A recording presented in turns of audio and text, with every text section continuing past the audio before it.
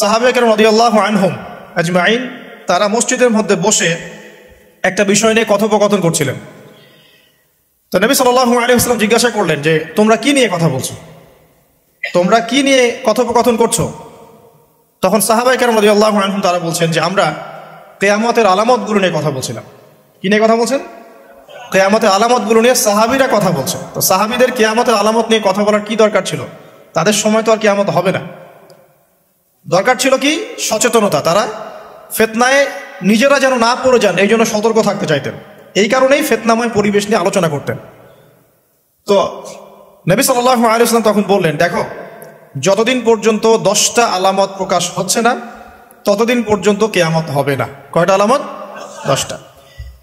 নবী সাল্লাল্লাহু আলাইহি ওয়াসাল্লাম প্রথমে বললেন 1 নাম্বার হচ্ছে মাসিহুদ দাজ্জাল। কি নাম? মাসিহুদ দাজ্জাল। 2 নাম্বার হচ্ছে ইয়াজুজ এবং মাজুজ। এর আদম সন্তান পৃথিবীতে বের হবে এবং পুরো পৃথিবীটা ম্যাসাকার করে ছেড়ে দেবে। আর মাসিহুদ দাজ্জাল সেও বের হবে শেষ জামানায়, যে ইহুদিদেরকে নিয়ে পুরো বিশ্ব শাসন করবে, বিশ্বের প্রতিটা ডিপার্টমেন্ট সে রুল করবে। এবং দাজ্জালের চেয়ে ভয়ঙ্কর কোনো ফিতনা এই পৃথিবীতে আসে নাই, আসবেও না। প্রত্যেক নবী তার কওমকে দাজ্জাল সম্পর্কে সতর্ক করেছিলেন, এমনকি নূহ আলাইহিস সালাম পর্যন্ত তার উম্মতকে দাজ্জালের ফিতনা সম্পর্কে সতর্ক করেছিলেন। নবী সাল্লাল্লাহু আলাইহি ওয়াসাল্লাম বলেছেন যে তোমরা যদি সূরা কাহাফ তেলাওয়াত করো, প্রত্যেক জুমার দিন সূরা কাহাফ তেলাওয়াত করো, অথবা সূরা কাহাফের প্রথম 10টা আয়াত শেষ 10টা আয়াত মুখস্থ রাখো, ইনশাআল্লাহ তাআলা মাসিহুদ দাজ্জাল তোমাদের কোনো ক্ষতি করতে পারবে না। 1 মাসিহুদ দাজ্জাল, 2 ইয়াজুজ আর মাজুজ, 3 হচ্ছে ঈসা ইবনে মারইয়াম। ঈসা ইবনে মারইয়াম যতক্ষণ পর্যন্ত না আসছেন, পৃথিবীতে আবার ইউটার্ন না করছেন এবং তার হাতে মাসিহুদ দাজ্জাল নিহত না হচ্ছে, কিয়ামত হবে না।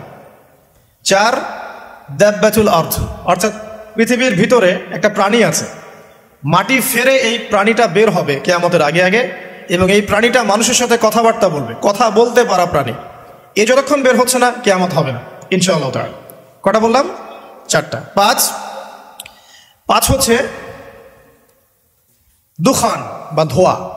এই পুরো পৃথিবীর আকাশটা একটা নির্দিষ্ট সময় পর্যন্ত ধোঁয়ায় ছেয়ে যাবে, এবং হতে পারে আল্লাহু আলাম, হতে পারে যে সূর্যের আলো পৃথিবীতে পৌঁছাবে না, এমন ধোঁয়া হতে পারে। পুরো পৃথিবীটা ধোঁয়ায় ছেয়ে যাবে, এটা সূরা দুখানের মধ্যেও বলা আছে। এটা 5। 6 নম্বরে নবী সাল্লাল্লাহু আলাইহি ওয়াসাল্লাম বলছেন যে একটা ভূমিকম্প হবে পৃথিবীর পূর্ব দিকে। পৃথিবীর পূর্ব দিক মানে এই যে ভারত, পাকিস্তান, বাংলাদেশ, শ্রীলঙ্কা, ইন্দোনেশিয়া, ঠিক আছে, এই সিঙ্গাপুর, এই যে কন্টিনেন্ট, মালয়েশিয়া, এটা পৃথিবীর পূর্ব দিক।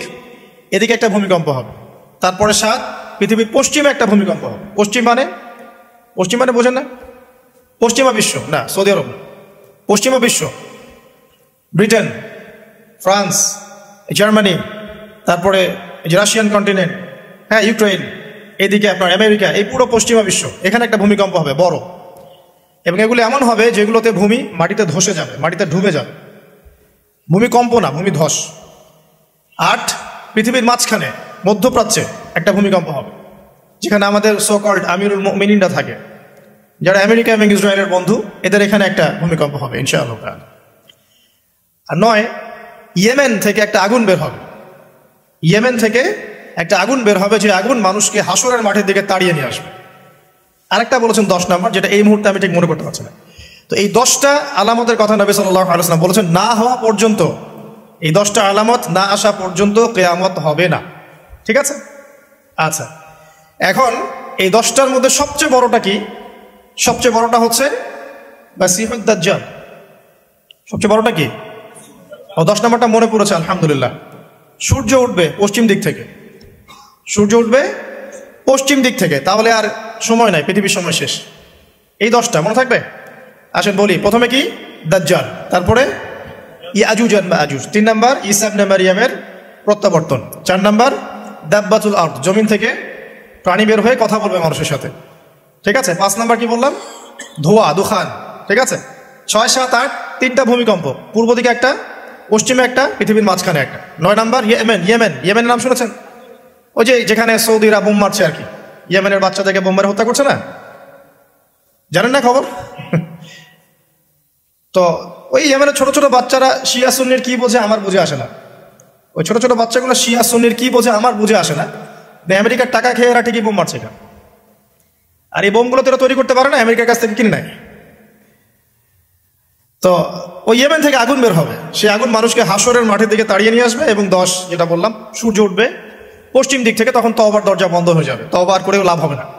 দুইটা সময় তওবা করে লাভ নাই, একটা হচ্ছে মৌতের যন্ত্রণা শুরু হয়ে গেলে